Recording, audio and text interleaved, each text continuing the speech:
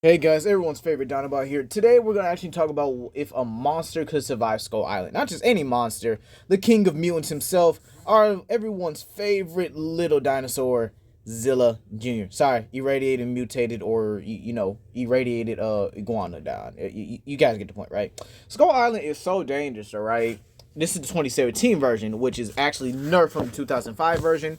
I will be explaining that very soon when I actually do Can the Thanator survive 2005 Skull Island. But this is 2017, so hope you guys enjoy here.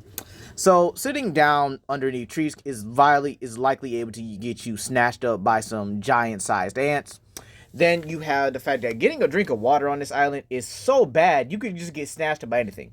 Siren Jaw, Swamp Locust, Skull Crawler, even because they're actually capable of aquatic adaptation. You could even be like surprised by you can accidentally startle a Scur Buffalo. There's also a numerous water creatures. There's even what's supposed to be a giant cobra that lived in the water, even lived in the water region, even a giant dragon. So you know what? Nah, Skull Island is built different in 2017. Now, sure, it's a lot more dangerous due to the sheer size and power of these newer creatures. But the old one, oh my gosh, you couldn't even you blink for a second and you could be gone. That's how dangerous the this old Skull Island was. It was just that dangerous. Okay, that's just how much how deadly it really was here. So again, we're going to actually see if Zilla can survive on Skull Island, the 2017 version. So for starters, Zilla would actually be bigger than a lot of the creatures on the island. Zilla from the 1998 Godzilla movie, or at least Zilla Senior, was so big, right, that he was actually 198 feet. So he's really he's way taller than Kong at the start of 2017 Skull Island. Kong was only 100 feet. Sorry, was only 100 feet tall. Now imagine Zilla, who's 198 feet. Now, if we do some MonsterVerse calculations here, and the fact that these creatures get bigger by not only the amount that they eat, but by the sheer amount of, radiation and protein that they have, all over this island, right? This means that Zilla would reach into the 300, if not close to the 400 categories. I don't think he would be as tall as Godzilla, who I think was around 350 feet. Yeah, by the end of Godzilla King of the Monsters, he was around 350 feet, and Godzilla and Kong was around 337 feet. So he would actually be around, if I'm doing the math correctly in my head here, he would be 300 and possibly 40 feet tall. Just a little bit taller than Kong, which is actually, it would make sense. All right, it would really make sense here. But how would he get that tall? So let's get into that while on Skull Island. So for starters, Kong got big by eating the amount of resources he had on the island. So meaning that any Meyer squid he had, he probably would have to eat something else right after that. Maybe Kong possibly found a way to cook and eat skull crawlers. You never know. Or he might have been able to find a way to pretty much eat something like a siren jaw or any other insects on the island. The sheer amount of resources on that island was very numerous at the time. But as Kong got bigger, the resources got scarce.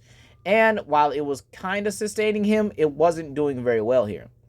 In terms of diet, we know Zilla does eat fish. And while that might be kind of abundant in the rivers and streams of Skull Island, it also may be lacking as well here. Considering the fact that Zilla might actually have to eat Meyer squids more than Meyer squids more than any other actual creature, it's very safe to say that he would actually be a natural predator to a lot of aquatic life forms. The Meyer squid, he might even have to prey on some smaller animals and even eat insects. In the sequel to the 1998 movie, it was supposed to have the juvenile, or the Zilla Jr., if you will, was actually supposed to be a natural predator to these bee-like kaiju. So yeah, these be like kaiju were actually supposed to be Zilla's prey items. But again, we already know that that movie never came to fruition. That movie got scrapped, and stuff just happened. It is what it is. But we understand that, right? We all understand that things just happen. Okay. So with that being said, here it's pretty certain to say Zilla could definitely eat a lot of the things on Skull Island. But if I had to pick, Meyer squid, the Skur buffalo, because again, if the skull crawlers are eating it, it is probably nutritious. I do think Zilla would be able to eat it. It's not really far out of the possibility that he would eat this as well. It wouldn't even be much of a challenge for him either. Maybe I'll have to say the magma tortoise, if there's anything flesh-like in it, it is supposed to be comprised of magma. But if we say Zilla is adapted to the monsterverse or adapted to eating these specific creatures, it's not out of the realm of possibility that Zilla would be even eating a magma tortoise anyway. Because here's the thing, if everything's on the menu on Skull Island, predators, prey, it doesn't matter. Now, if we go with the original writing of 1998 Godzilla sequel, then yeah, he's eating a lot of insects. Spore mantises, whistler ants or whatever. He's eating a lot of things here today. Like that's kind of just the clear-cut version of it. He's just eating. Like our boy is just straight up eating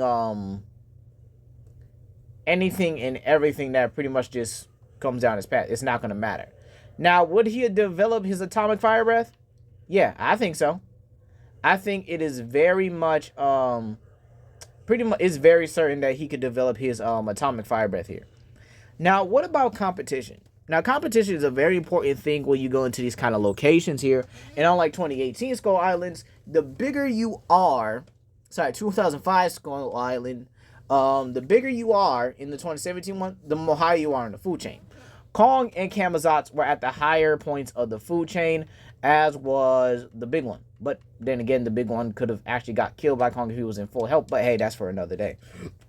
Excuse me. But hey, that's a whole different conversation altogether.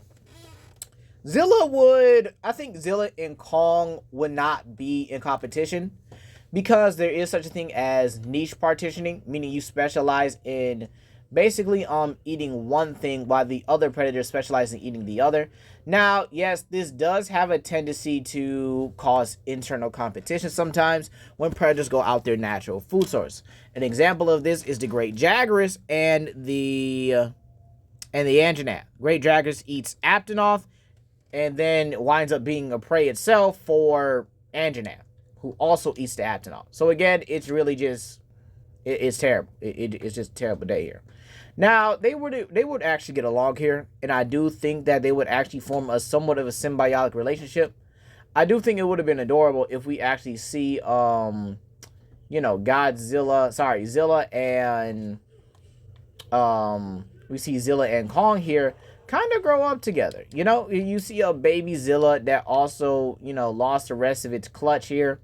And then you have Kong kind of just stepping in, or probably Kong being a child as well, after just the fresh loss of his parents. And they kind of lean on each other for survival. Zilla having better senses, while Kong having better intelligence and being able to help Zilla realizing he can climb and stuff. They kind of, mimic each other. Except when they get older, they're a lot more tougher. And this means that Kong Skull Island would actually change very differently. Oh my gosh, I didn't even think about that myself. That would be it'd be a great movie. I actually think that if this actually happened, Godzilla would be getting jumped expeditiously.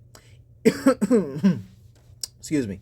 Even if they had Sanda and Garaya be like somewhat of a Kong subspecies that lived in different parts of Skull Island, and they lost their tribes to skull crawlers or whatever, I think it would be very interesting to see those three kind of just jump Godzilla. Godzilla would just got jumped. I think that's pretty much how it's it. Matter of fact, I think if Zilla was on Skull Island and he and Kong formed this kind of relationship, Camazotz would get jumped as well. I mean, you guys are not telling me Camazotz is not going to get jumped if these two decide to team up. Zilla is a very friendly monster when, his friends or his family members aren't in danger.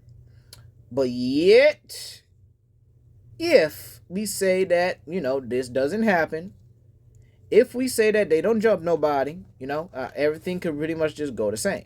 However, if they do decide to jump people, then it's sad for everybody. Everybody finna die. All right, Godzilla probably gets straight up wrecked in that department. Kong having the physical ability to hang with Godzilla, while Zilla has the intelligence and the speed to outmaneuver and has the versatility to outpace Godzilla. Plus, Zilla's attacks can actually get out a lot faster than Godzilla's, which is why I actually like Zilla in general and would prefer him as a beast form over Godzilla. It's what it is here. So, in all honesty, if Zilla was on Skull Island, I think he would actually be the top predator. Yeah, if you guys really want to think about it, he would be the top dog, the head honcho. He would actually sit above the food chain when it comes to predators, and I don't think he and Kong would have had any competition with each other. Now, in all honesty, it would be an easier life for pretty much Kong. So let me know what you guys think. Please comment down below, like and subscribe, and share with your friends.